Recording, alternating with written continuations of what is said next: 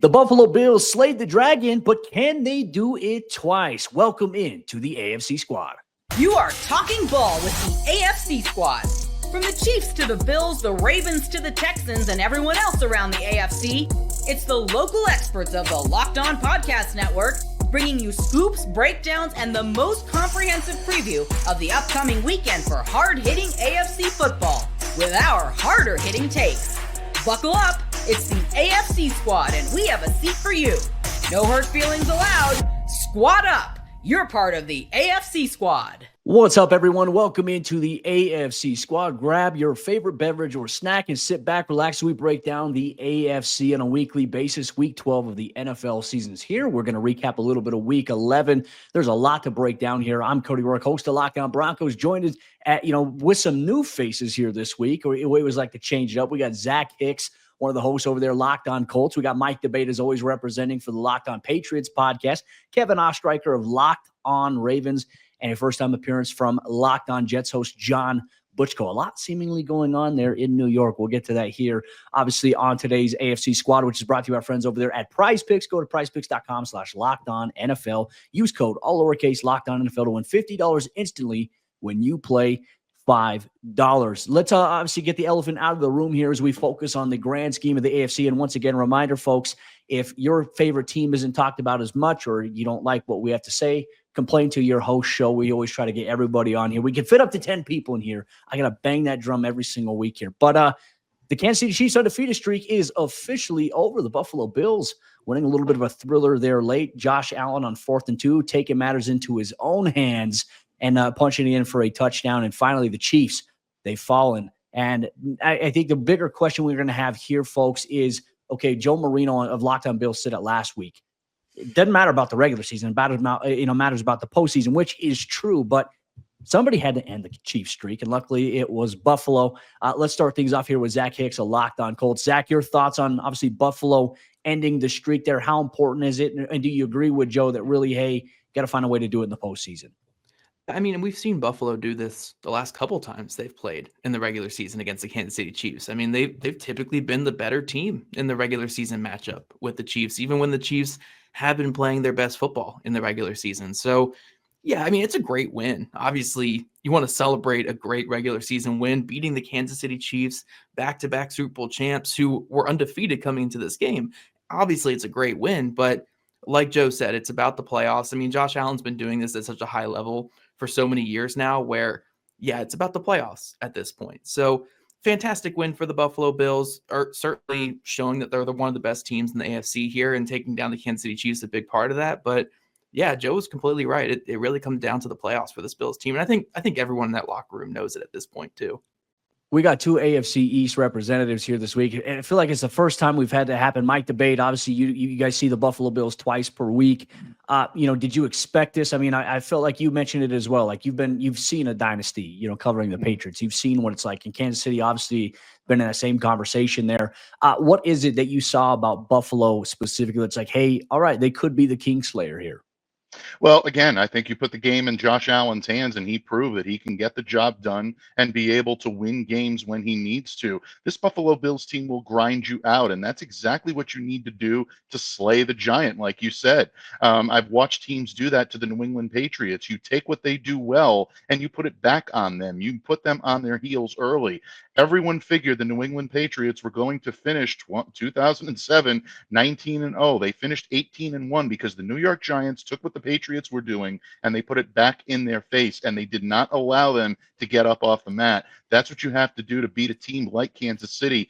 Kudos to the Buffalo Bills. They were able to do it. I know Zach's fan base, my fan base, were pretty happy about it, because you look at the longest win streaks now. Indianapolis still sitting there at number 23 at 23. The Patriots still have the 21 and the 18-game win streak. So, yeah, there is a little bit of celebration when it comes to those two fan bases. I know they're still popping champagne down in Miami every time an undefeated team falls. But, look, bottom line, Joe is absolutely right. You did it once. Let's see you do it again. And that, again, is going to have to be in the postseason. If they're able to slay the giant this time, there may be no stopping the Buffalo Bills en route to a Super Bowl championship. But right now, they're going to enjoy this win, but they've got to move on to the next one very quickly, because now the target is on their backs. They're the ones that brought down Goliath. Can they keep that momentum going?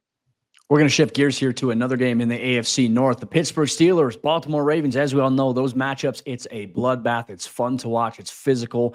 There's drama. There's fisticuffs.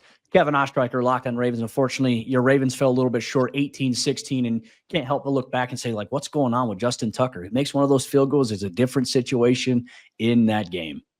Yeah, it was brutal. And honestly, it even goes far beyond Justin Tucker, but that's going to be the biggest storyline because we've seen Justin Tucker, sorry to Zach and Mike, be the greatest kicker in NFL history. I know Vinatieri gets some love too, and I'm not trying to discredit that, but obviously for me, it's Tucker. But at the end of the day, this has been not even just a 1 year thing this year. Even last year, he struggled from 50 plus.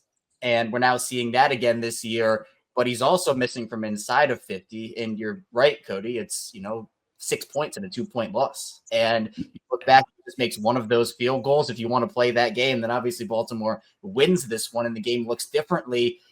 But those AFC North Ravens Steelers games are always just the weirdest games I ever watch. I mean, and this one was honestly the most Ravens Steelers game of all the Ravens Steelers games because you had crazy games defensively for both the Ravens and the Steelers. Weird turnovers, including one of the worst throws I've ever seen Russell Wilson make. And I know, Mike, the worst one I've seen was in the Super Bowl to give the Patriots a win, but just throws it up right into Marlon Humphrey's arms.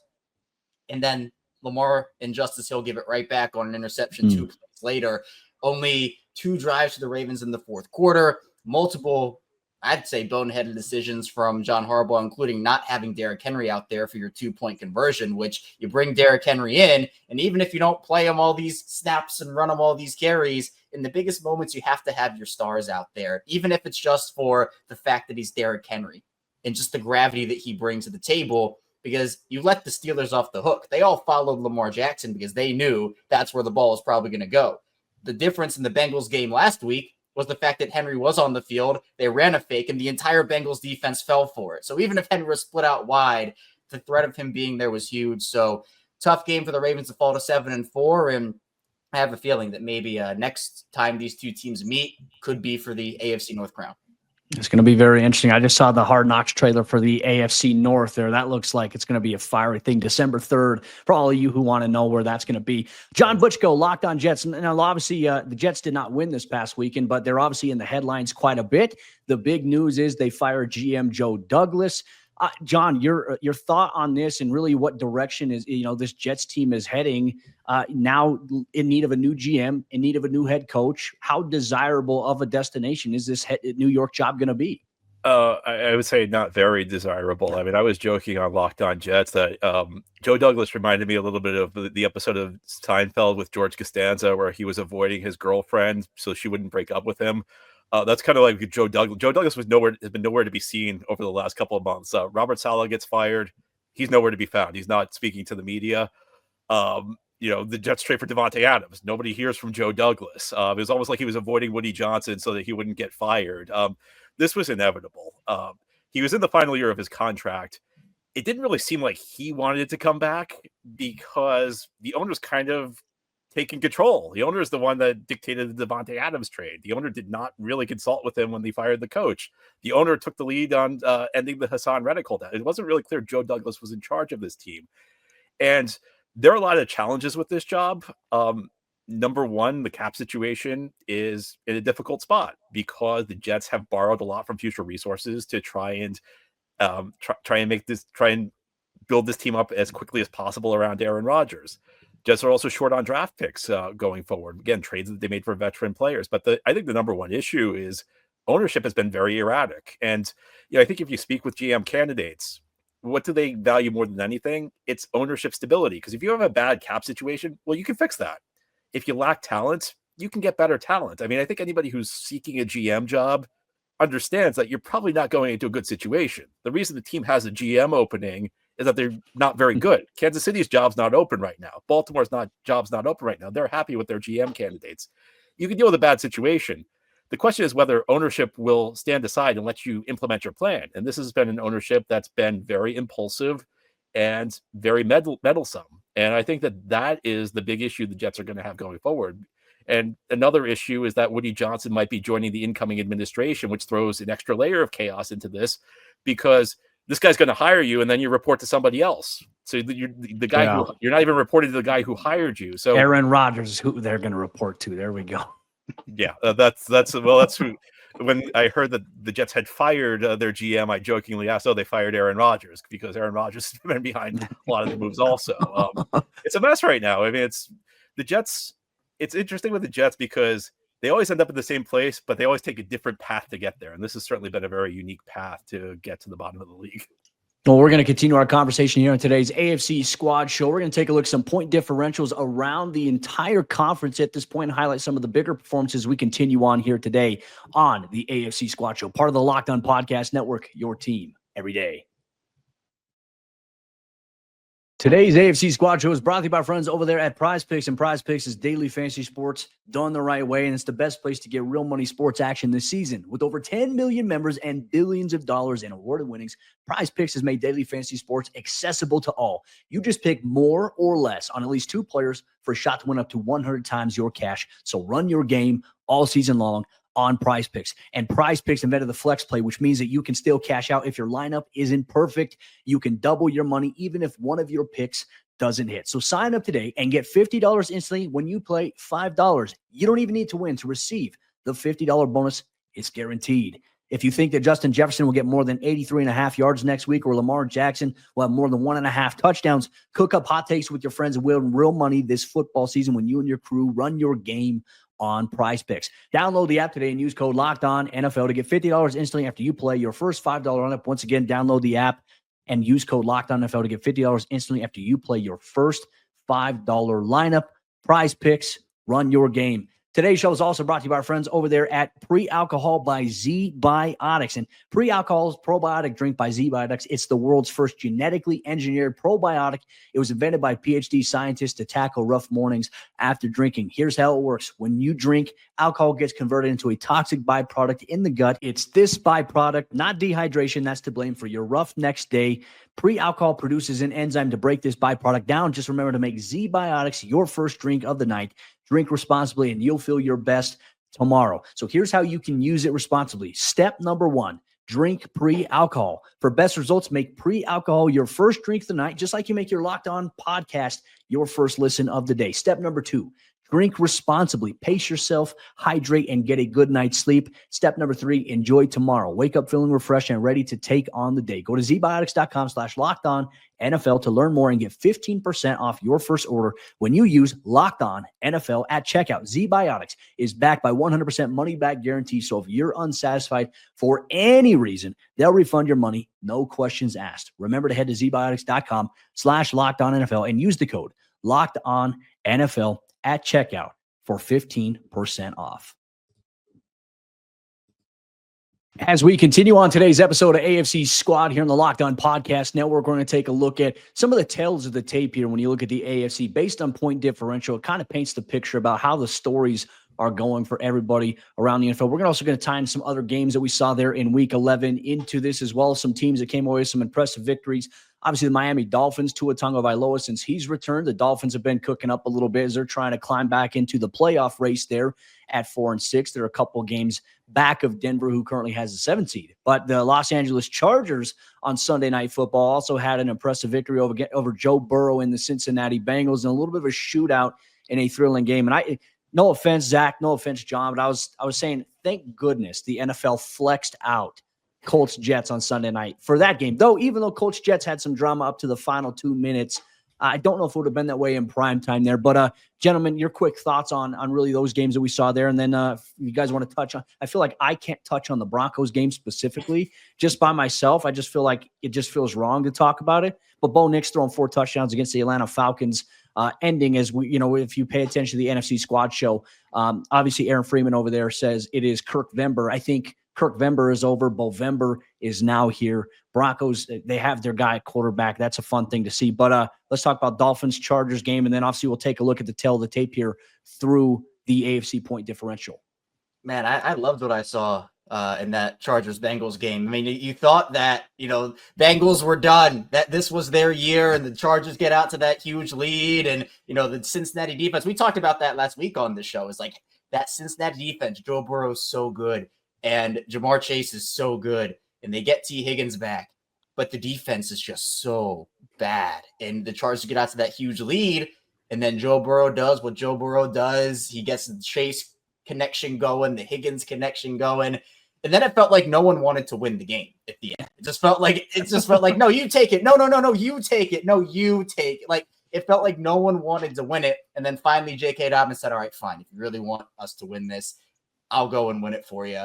And he had that huge touchdown run. The Bengals couldn't seal the deal at the end there. Hail Mary almost worked. It almost did. We've seen it work before this year. So, look, I think that this essentially sinks the Bengals. I know we were kind of talking about they have to win out if they want to even have a shot at the 7th seed, and I don't really think that's going to go and happen. But man, that Chargers Bengals game was something. And look, I think the NFL definitely made the right call, and I'm sure they're glad they did with how that game ended up going.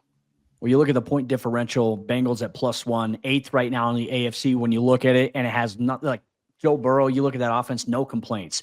That defense, though, has been so bad. Even though they got Trey Hendrickson, who leads the NFL right now in sacks, it's weird to see the Bengals defense, especially a Lou coach team there, defensively struggle the way that they are. But and they're also dealing with now some injuries that are impacting them. They're not dead just yet, I don't think, but they are on life support and hanging on by a thread.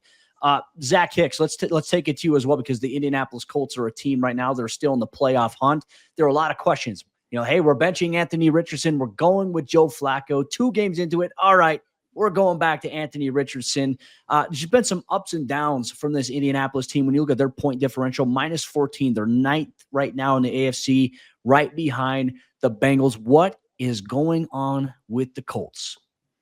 A lot of things are going on with the Indianapolis Colts, but honestly, it could be a lot worse. I mean, when you look at the hierarchy of the AFC right now, there are essentially 6 teams for the playoffs that are pretty much locked in. And then you have a group of 2 to 4 teams fighting for that final spot. Your Denver Broncos, my Indianapolis Colts, and then you can maybe say the Miami Dolphins and the Cincinnati Bengals can be a little frisky there, but it really comes down to Colts and Broncos, I think, for that final spot. And they have a big playoff game coming up here in a couple days. Not this next weekend, but the weekend after. Essentially a playoff game for these 2 teams here. So I do think that the Colts are right in the thick of this thing. I think the Broncos are probably the better team right now, but it really just comes down to what kind of Colts team we're getting. Are we getting the team that just gets their butt kicked on primetime football by the Minnesota Vikings and gets a few lucky plays that makes it closer than what it is?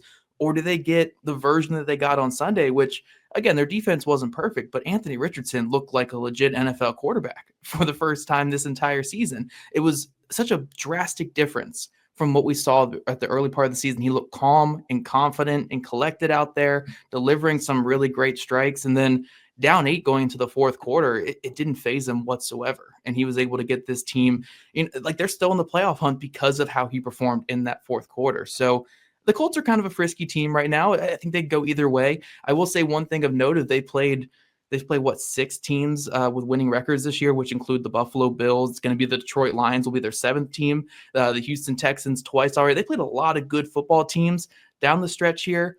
It gets a little bit easier for them. They have the Denver Broncos. They have the Detroit Lions. Then they have winnable games. Not saying anything bad here about your team here, Mike. Patriots are a frisky little team as well, but they have winnable games if you want to be a playoff team this year. So the Colts, if they can take care of business, will be right there with the Denver Broncos come playoff time or come, right before playoff time this year.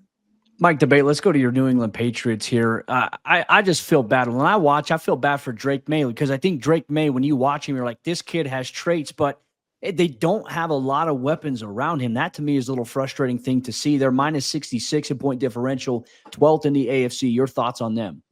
Yeah, I think right now it is about the supporting cast around Drake. I mean, you look at what he's been able to do with this team and really spread the ball around to multiple receivers, things Patriots quarterbacks have not done a great job of since Tom Brady left and went to Tampa Bay. So you're looking now at a quarterback that is capable of finding his receivers. But the problem is they're few and far between. Jalen Polk has essentially been invisible since being a 2nd-round pick this year. You can only play the rookie card for so long. Eventually, these guys have to start stepping it up. He has yet to do so. Demario Douglas has been a reliable weapon, but you saw a miscommunication between he and Drake May at the end of the game on Sunday against the Rams, led to an interception. In that situation, you want to miss long. You do not want to miss short, and that's what happened here. And I think in a lot of ways, DeMario, being the typical all-around field weapon that he is, maybe misread the situation, and I think Drake misread exactly what he was going to do.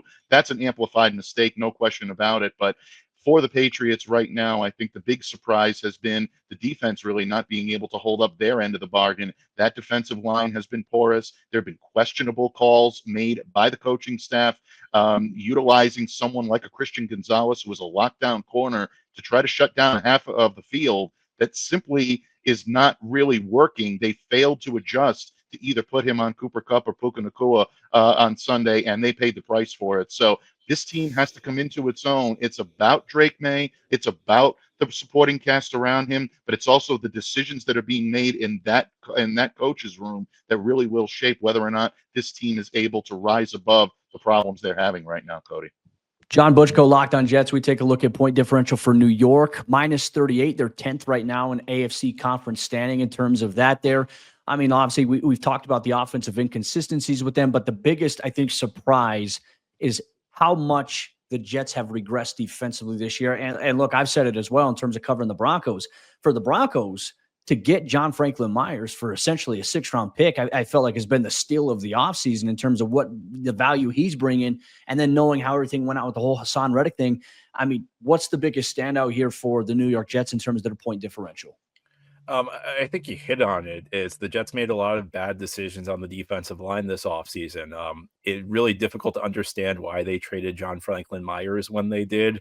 They said it was for cap reasons, but this is a team that really has kind of thrown caution to the wind with the salary cap the last 2 years. They say we're all in, and now we're trading John Franklin Myers because we can't get him under the cap. Well, they could have. There were ways to do it. They could have restructured the deal. They could have restructured other guys. He was a really important player for their defense because back seven of the Jets defense is all based on speed. They go with smaller guys because Robert Saleh, when he was the head coach, and now Jeff Ulbrich, they want guys who can fly to the ball. And the way the Jets were able to get away with that in years past was they had John Franklin Myers, who's about a 290-pound guy, playing defensive end. So essentially, it's almost like a classic 3-4 front. We have three guys who are 290, 300 pounds who can eat up blocks, and the back seven don't really have to shed blocks as much. It made the defense more structurally sound, but they also made some other poor decisions. They let a couple of their defensive tackles go in free agency. Leki Fatu, the defensive tackle they signed from Arizona, has not done a very good job as a run stopper. Javon Kinlaw has been, I don't know if he's been a disappointment because my expectations weren't super high for him, but they gave him $7 million guaranteed, and he's been a liability. Hassan Reddick, we could spend an entire episode talking about the Jets, trading for a guy who everybody knew wanted a new contract, a guy who was traded because his old team wouldn't give him a new contract. And the Jets thought they could get away with not giving him a new contract. And look, he's had zero impact since he arrived. The other issue, though, is Sauce Gardner is just not having a good season. It's not that he's having a subpar season for Sauce Gardner. He's been an average to below average corner this year. That's one I can't explain, but he's not been good this year. And when you have this sort of regression from your defensive line, and when your first team all-pro corner doesn't play like a first team all-pro corner, you're going to have issues. It piles up there, and obviously, would you look at the rest of the point differential around the AFC? The Buffalo Bills right now leading the pack at 106. The Chargers coming at plus 75, Steelers at plus 71, and then obviously Kevin Ostreicher's Locked On Ravens plus 63. The Broncos, surprisingly, plus 52 with the way their defense is playing. The offense has started to click a little bit as of late, but that sets the table up here for Week 12 around the National Football League. Which teams right now in the AFC are heading into a potential trap game? Could the Ravens be in one? We'll debate and discuss here on today's episode of AFC Squad. Today's AFC Squad show is brought to you by our friends over there at Hillsdale College. Time is our most precious commodity, so don't waste it scrolling through the same mind-numbing content for hours and hours. How can you spend it more wisely to improve yourself? Well, if you went back in school and you learned about maybe the Constitution, economics, and you need a refresher course, well, Hillsdale College is offering our listeners here are locked on AFC Squad the opportunity to have access to free courses, including Constitution 101. The meaning and history of the Constitution, the introduction to free market economics, the great American story, a land of hope, and the rise and fall of the Roman Republic. On top of that, they have other courses that you can access. Like I mentioned, over 40 courses inside of their platform that give you access to things that could brush up your knowledge. Or if you haven't learned anything about it, you can learn for the first time inside for free. All of Hillsdale's courses are self-paced, so you can start whenever. You can tune in wherever you're at. Plus, you can go deeper with readings, quizzes, discussions, or you can just enjoy the lectures. So go right now to hillsdale.edu/lockedon to enroll. There is no cost, and it's easy to get started. That's hillsdale.edu/lockedon to register. hillsdale.edu/lockedon. We're taking a look around the AFC at what could be some potential trap games around the NFL this week, specifically in the AFC conference. There is one team that is playing an NFC team that, hey, could be a little bit of a trap alert here. Thanks so much for making all of these shows here on the Locked On Podcast Network your first listen of the day every single day. All right, gentlemen, let's go a little rapid fire here. We're going to focus on some games here. We're going to say if it's trap game or not. First off, starting with the Pittsburgh Steelers on the road, taking on the Cleveland Browns. And every time, and I have prefaced this by saying the last couple of weeks, I feel like anytime there's an AFC North matchup, you can kind of throw how one team is doing out the window in terms of record, whether they have a bad one or a good one. They're always just combative, physical, and they always kind of fit the bill a little bit. The Pittsburgh Steelers, are they on trap or upset alert here potentially against the Cleveland Browns? I personally am going to say I don't think that they are. I think Cleveland is they're toast a little bit considering the things that they've gone through here. Jameis Winston's doing his best there. They've made some changes. They've got some injuries they're also dealing with. The Pittsburgh Steelers with that defense right now, Kevin, you saw it up close and personal this week. That's going to be a problem for Jameis. I've seen both things up close and personal. I saw the Ravens fall into this Cleveland trap just a couple of weeks ago. So I'm gonna say it is because Jameis Winston can wake up and he can throw that ball like the best Tom Brady ever did, or he can throw that ball like Zach Wilson did in New York. It can be both things, and we don't know which Jameis we get each time. I think that's kind of the allure of Jameis, is he can be the best quarterback in the league one week and the worst quarterback in the league the next week. So obviously Pittsburgh's defense is better than Baltimore's is, and part of the reason why Cleveland was able to upset Baltimore is because of the fact that they could not stop Jameis. And I feel more confident just with the way Baltimore's defense has played for the majority of the season that Pittsburgh's can do a better job. But it's tough because you also have a couple of guys on that defensive side of the ball that can make an impact for Cleveland, but they're just so injured right now that if I had to guess, I'd probably give Pittsburgh the win, but I'm not counting Cleveland completely out based off what I saw happen up close and personal a couple weeks ago in Baltimore. Another quick one for you here. The network, for some reason, has Baltimore at Los Angeles as a potential trap game this week. I don't know if I personally agree with that, but your quick thoughts on that, and we'll get everybody else to chime in as well. I mean, my definition of a trap game is, one team's not very good and the other team is, and, these are two really good teams. Yeah, the one good team falls into the trap of not getting up to play the bad team. You're right. These are two good teams. Like, these are the 5 and 6 seed in the AFC right now, and I wouldn't classify this as a trap game for either team. I just think it's a really good matchup that deservedly got a primetime spot. And it's the Horrible. We got to get pumped up for the Horrible. It's another one, John versus Jim. That's going to be that's a storyline in itself. So I'm not labeling that one as a trap game. Baltimore and Los Angeles are two good teams. You guys in agreement? When you guys said Los Angeles, I didn't think Chargers because that wouldn't make sense as a trap game. So yeah, I don't think it's a trap game at all. I mean, Chargers are a good football team. They're a resilient football team, good defense. I mean, I know they had some issues this past week on defense, but for the most part, this is a really good game. It could go really either way. So yeah, I wouldn't classify it as a trap game, more of a primetime spot than to get excited about. All right. Mike Debate. Yeah, absolutely. I think anytime you're facing Justin Herbert, I think to call it a trap game is probably a little bit of an insult on that level. And also, the job that the Chargers are going to be able to do. They're coached by Jim Harbaugh now. I mean, this is a team now that does have an identity at the coach's position. We heard Dave Drogemeyer talk about this a couple of weeks ago right here on the squad, Cody. This is a team now that believes they're going to be in any game that they face. And yeah, Baltimore is a hell of a team, and I still believe they're a lot better than what we've seen at times this year, and I still believe they're one of the elite teams in this conference, and they will continue to be. But the Chargers are eager to prove that they belong there, and they belong in this playoffs. They belong in this conversation. Yeah, I think this has got a very good game written all over it. I wouldn't consider it a trap. All righty. John Butchko, how do you feel about this one? Because we also have a few other games too. that we can get to. I just feel like maybe I'm understanding it from the sense, Kevin, of Baltimore's conference record, maybe, right? If they drop it. Yeah, that four AFC maybe, losses is not pretty. Yeah.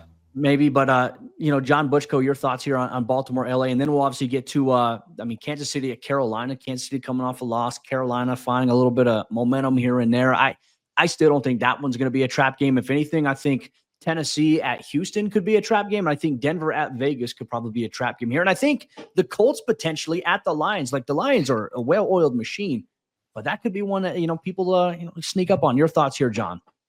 Yeah, I mean, Baltimore 7-4. The Chargers are 7-3, and they're at home. So the Chargers have the better winning percentage right now, and they're the home team. I don't really see how it can be. I agree with everybody. That's a really good game. I actually go back to Cleveland-Pittsburgh, though, because I think there are a couple of elements that make that game interesting. I think, first of all, a Thursday night road game. That's always a bit of a tricky spot. That's always kind of an equalizer. I think you have the Steelers coming off a big win, so will there be a letdown? And also that Baltimore team, I think that Baltimore team probably took something out of them. So I think that's really the game I look to more than anything. I would also agree. I think the game you mentioned between the Colts and the Lions, that's potentially a tricky one for Detroit. I disagree with what everybody said earlier about the Jets and Colts being flexed out of Sunday night. I was disappointed because if I had to suffer through that game, I wanted America to have to suffer through that. This is a Colts team that it's a Colts team that Anthony Richardson, he played well against the Jets. Now, I mean, part of it was he was going against the Jets, but he's a talented guy. If he can replicate that performance, very, very, very streaky, very up and down. But if he is the question, was it just against the Jets or did he catch fire? Because if he caught fire, that could be an interesting game. It could be, yeah. Zach, your thoughts on that? Since obviously, your team, I know you and obviously Matt over there, Locked On Lions, my goodness, tongue-tied there, are going to do a crossover here this week that's going to release. That's a big game there, essentially. Yeah, I'm excited you guys think that could be a trap game for the Lions. This is awesome. Thank you, guys. I appreciate it. You never know. But here's my thing. The Texans almost got him. The Colts are a very feisty team. The Buffalo game I know is a 10-point decision by the end of it, but the Colts exchanged quite a few punches with Buffalo in that game, and it was pretty close until Joe Flacco forgot what team he played for and just started giving the ball to the Buffalo Bills. I mean, if Flacco just takes a kneel down on each of those interceptions, the Colts are in it at the very end of that game. Even look at the Minnesota game. If Flacco could even throw the ball forward, that game was going down to the wire as well. So, I mean, the Colts have been competitive with top teams this year. Houston, they've gone down to the wire with Houston this year. I mean, the Colts, every single game except for the Buffalo game has been a one-score game. So I'm not saying they're going to beat the Detroit Lions. The Detroit Lions are a well-oiled machine right now on both sides of the ball. And I understand the 7.5-point spread. Honestly, I totally get it. But the Colts are feisty. I could totally see this being a game where if the Lions aren't at their best, I mean, the Colts could come in here, throw some punches, and do some good things. Plus 159-point differential on the Detroit side. We had to switch up to the NFC graphics just for a quick minute. I mean, and really, it's not close between them and the Eagles. Like, that is a big drop-off. And then, obviously, plus 106, Buffalo there. So, yeah, that's going to be a very interesting matchup to watch kind of formulate. I think that, for me, I'm going to be upfront here. Like, the Denver Broncos have not beaten the Raiders in Las Vegas since they have moved there. And obviously, they were on a losing streak against them prior to Bo Nix snapping that in Week 5. But obviously, with the Raiders playing, having a 2-8 record right now, they're in a position now they can kind of play spoils for some teams' hopes now at the end of the season. Brock Bowers is playing really good football right now. Very curious, though, how the quarterback play is going to differentiate with Gardner Minshew. Obviously, the last time faced the Broncos, he ended up getting benched for Aiden O'Connell, and then Aiden O'Connell got injured a couple weeks later, and then it was Desmond Ridder for a little bit. We'll see how that is. But, for Denver, they're riding the high of coming off of a victory against the Atlanta Falcons, who are going to be a playoff team inside the NFC. They limited one of the most explosive offenses in the NFL in terms of yards and production. They're led by Kirk Cousins.